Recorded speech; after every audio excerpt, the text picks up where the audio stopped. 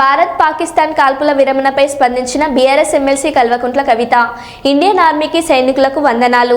America అధ్యక్షుడు Donald Trump America మధ్యవర్తిత్వం వహించింది అని ట్వీట్ చేయడం కొంత బాధ కలిగించింది. భారత ప్రధాని నరేంద్ర మోదీ ట్వీట్ చేస్తుంటే బాగుండేది. పార్లమెంట్ స్పెషల్ సెషన్ పెట్టి అన్ని విషయాలు చర్చించాలి. సీజ్ ఫైర్ అయింది ఇండియా పాకిస్తాన్ మధ్యలో అని తెలిసింది.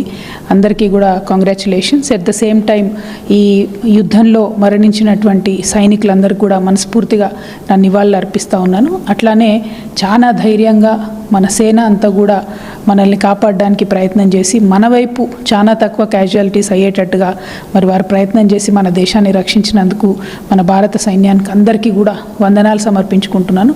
ఎట్ ద సేమ్ టైం ఇన్ని రోజులు అంటే నేను ఒక పార్లమెంట్ మెంబర్గా పనిచేస్తున్నాను.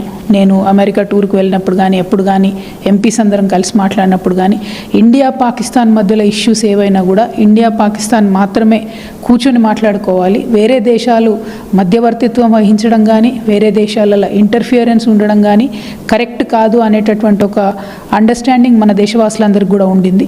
కానీ ఇవాళ సడన్గా డొనాల్డ్ ట్రంప్ గారు ట్వీట్ చేయడం, యుద్ధం ఆగిపోతుంది, సీజ్ ఫైర్ అయిపోతుంది, నేను మధ్యవర్తిత్వం వహించాము, అమెరికా మధ్యవర్తిత్వం వహించిందని చెప్పి వారు ట్వీట్ చేయడం కొద్దిగా బాధాకరంగా అనిపించింది.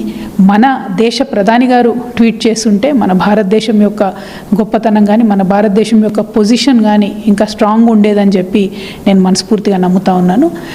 ఖచ్చితంగా ఒక స్పెషల్ సెషన్ ఆఫ్ పార్లమెంట్ పెట్టి అందులో ఈ విషయాలన్నీ కూడా డిస్కస్ చేయాలి. ఇన్ని సంవత్సరాల నుంచి 1972 నుండి ఇప్పటి వరకు కేవలం దీన్ని బైలాటరల్గా అంటే ఓన్లీ ఇండియా పాకిస్తాన్ కూర్చుని మాట్లాడుకునేటట్టుగా ఇతర దేశాల ఇంటర్వెన్షన్ లేకుండా కాపాడుకుంటూ వచ్చినటువంటి ఇష్యూలో సడన్గా అమెరికా ఎందుకు వచ్చింది, ఎందుకు మధ్యవర్తిత్వం వహించింది, ఈ అంశాలన్నింటినీ కూడా క్లారిటీ ఇవ్వాలి. అదేవిధంగా మన సివిలియన్స్ మీద జరిగినటువంటి నష్టం, ఎట్ ద సేమ్ టైం ఏ టెర్రరిస్టులను పట్టుకున్నాము, ఎక్కడ టెర్రర్ క్యాంప్స్ని మనం హతం చేయగలిగినాము, రేపటి నాడు మళ్ళీ పాకిస్తాన్ ఇటువంటి దుశ్చర్యకు పాల్పడకుండా మనం ఎంత కఠినంగా పాకిస్తాన్ని నిలువరించగలిగినామనేటటువంటి అంశాలన్నీ కూడా గౌరవ ప్రధానమంత్రి గారు, రక్షణ శాఖ మంత్రి గారు కూడా దేశ ప్రజలందరికీ పార్లమెంట్ సెషన్ పెట్టి తెలియజేస్తే బాగుంటుందని చెప్పి నేను నమ్ముతా ఉన్నాను. Thank you. జై హింద్.